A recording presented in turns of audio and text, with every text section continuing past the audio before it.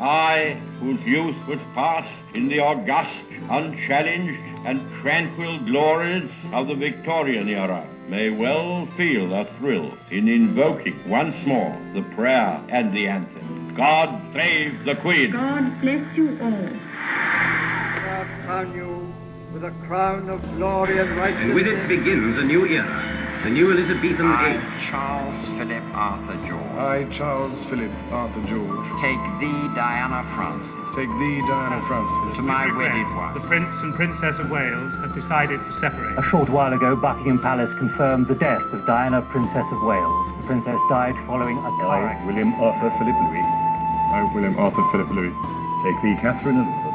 Take thee, Catherine Elizabeth. To my wedded wife. To my wedded wife.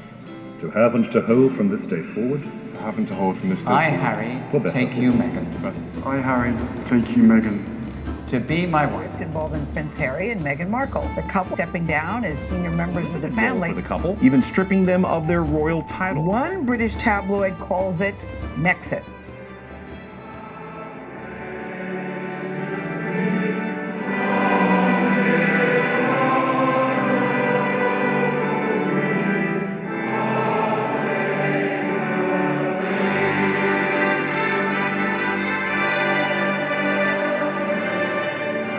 Let me just say as a side note about the royal family before I get into this, and that is that if you ask most Americans, would you like to have a royal family, they would say absolutely not, and I would be amongst those. But if you ask them, do they think that England should have a royal family, they'd say, well, absolutely, because we like to watch what the neighbors are doing. And we just don't want the trouble to come over to our house, but it's very entertaining to sit in our front yard and watch the neighbors.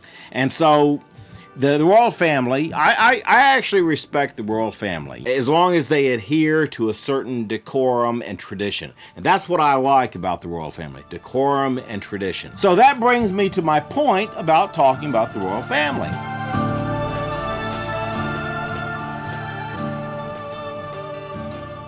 So, in the last week or so, says here, the royal family, the Duke and Duchess of Sussex, announces that they are stepping back, quote unquote, as senior members of the United Kingdom's royal family. Harry and Meghan, there's just something irritating about using people's first names who are supposed to be dignitaries. But anyway.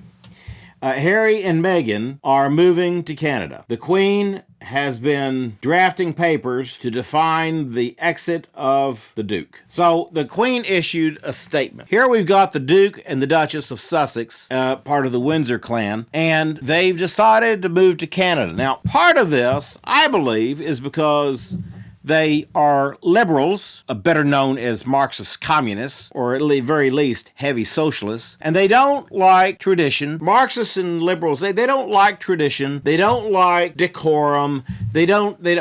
What they're saying is that they don't like all the press hounding his wife. Now, here's the deal. Now, again, I don't like to get too close to this thing, but this Meghan girl is an American. If you ask me, Harry should have been respectful for his family and found a good English girl of noble blood to marry. But instead, he goes over to the United States and he finds this girl and marries her. He should have stayed with his own kind. He should have found some noble blood in England to marry. There's a lot of pretty girls in England that are of noble blood. I mean, I've seen all the pictures of these girls at these weddings. He could have found one of them, but instead he went against the family. Now, my point about this is that I don't believe that people should go against their family when they have a family tradition. I'm against that. It causes disharmony. It causes destruction of the decorum and tradition. So, and I'm sure that the Queen, she's 93 years old. I'm sure at this point in her life, she doesn't really want this disruption. But anyway, so the Queen of England issued a statement a couple of days. Now, I think this has been all over the news, but I'll go ahead and read it here just so that we have a decent reference, okay? Today, my family had very constructive discussions on the future of my grandson and his family. My family and I entirely supportive of Harry and Meghan's desire to create a new life as a young family, although we would have preferred them to remain full-time working members of the royal family while remaining a valued part of my my family. Harry and Meghan have made clear that they do not want to be reliant on public funds in their new lives. It has therefore been agreed that there will be a period of transition in which the Sussexes will spend time in Canada and the United Kingdom. These are complex matters for my family to resolve, and there is some more work to be done, but I have asked for final decisions to be reached in the coming days. So first off, my opinion is of this Harry fellow. I guess he's not Prince Harry, he's Duke Harry. He should have married a decent English girl. He really shouldn't have gone against his family. There's no reason, in my opinion, why he had to go off and marry some American from Los Angeles especially. You see, what's happened here is that she's corrupted him, and she's trying to corrupt the royal family. She's a liberal, and she's from California, and she's gotten him roped into thinking liberal ideas. And she's going to haul him off to liberal land, that'd be Canada for the rest of us, and she's indoctrinating him into her frame of thought. Now, you watch. My prediction is, without getting too deep into the tabloids, one day there'll be a divorce there, because there always is between these communist, liberal, Marxists.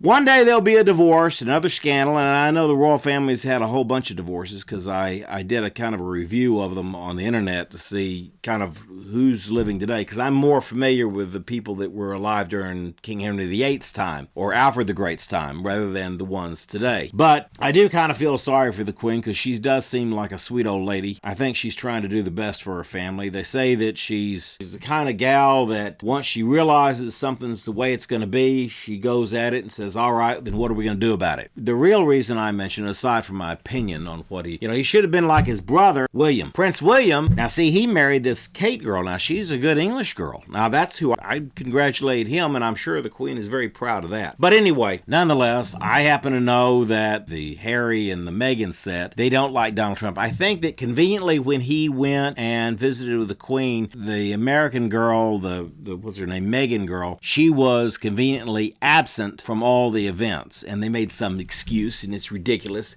No, she just didn't like Donald Trump. Just like all the rest of the liberals, they don't like Donald Trump, and they don't care what good he does or what great things he's doing for the United States to help make America great again. All they want to do is put him down and get him out of there so that they can railroad their way through and overturn things like the Second Amendment and put chains on all of us. Because that's what the communists want to do. And do not think that there is not a communist movement in these United States. But the reason I brought this to our attention about the Queen, because this is an example of how this liberal communist thought pattern can even bend its way in to the royal family.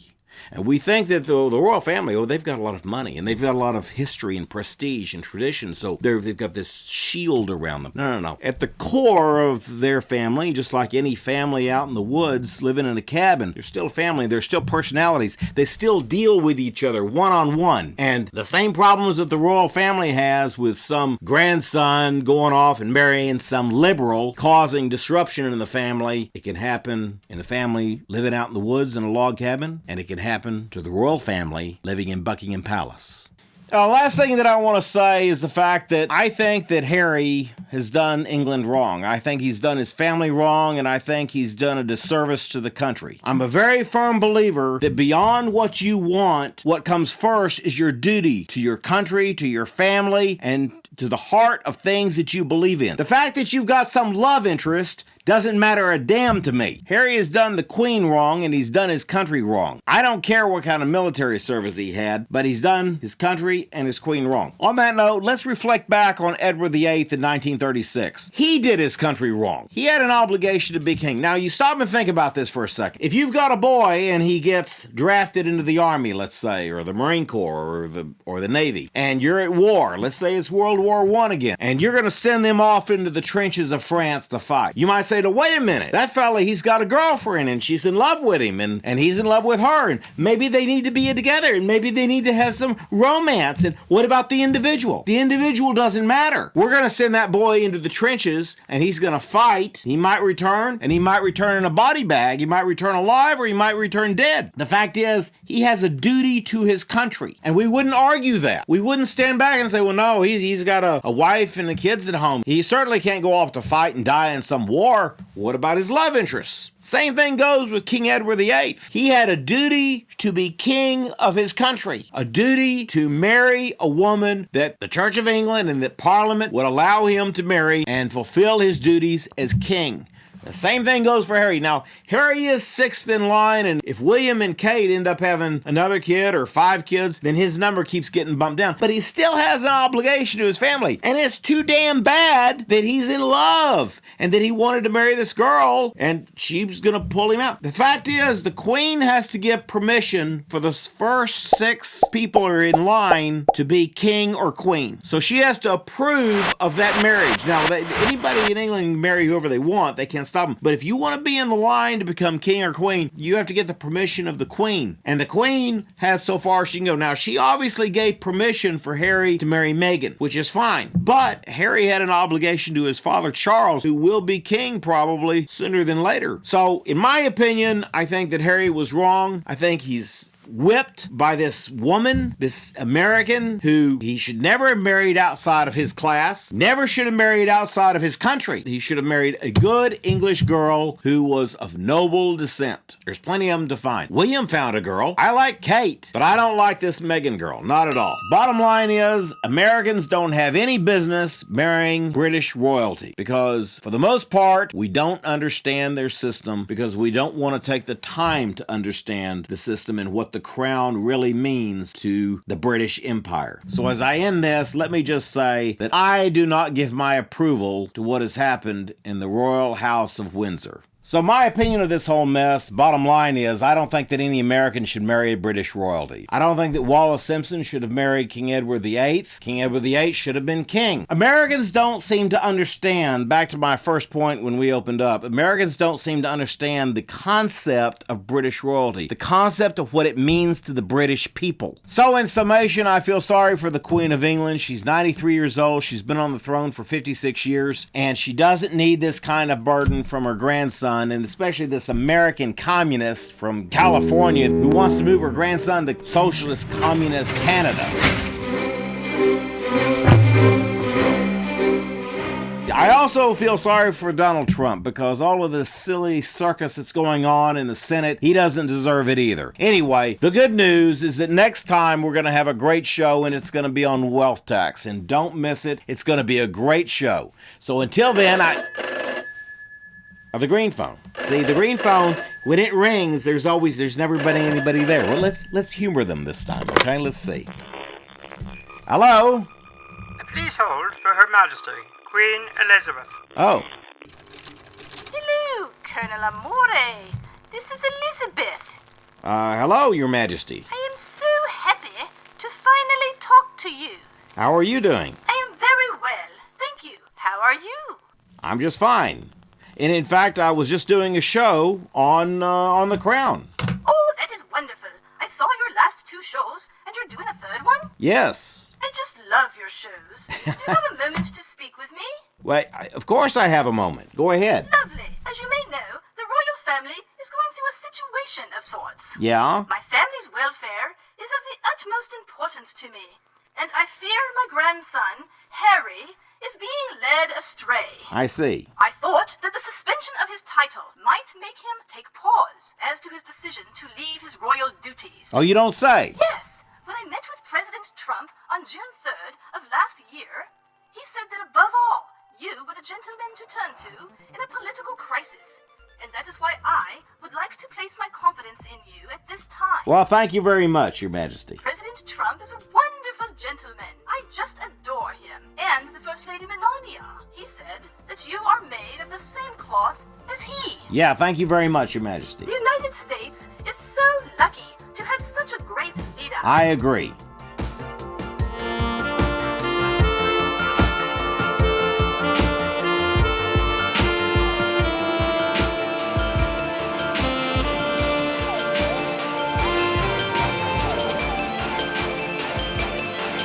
Hey, if you enjoyed the show, you should watch all of my other shows. I got a whole lineup of shows of BarbWire Strategy where we talk about an ordinary man's extraordinary point of view here on BarbWire Strategy. And don't forget to subscribe and hit the like button. I really need you to subscribe. Subscribers are harder to come by than hen's teeth.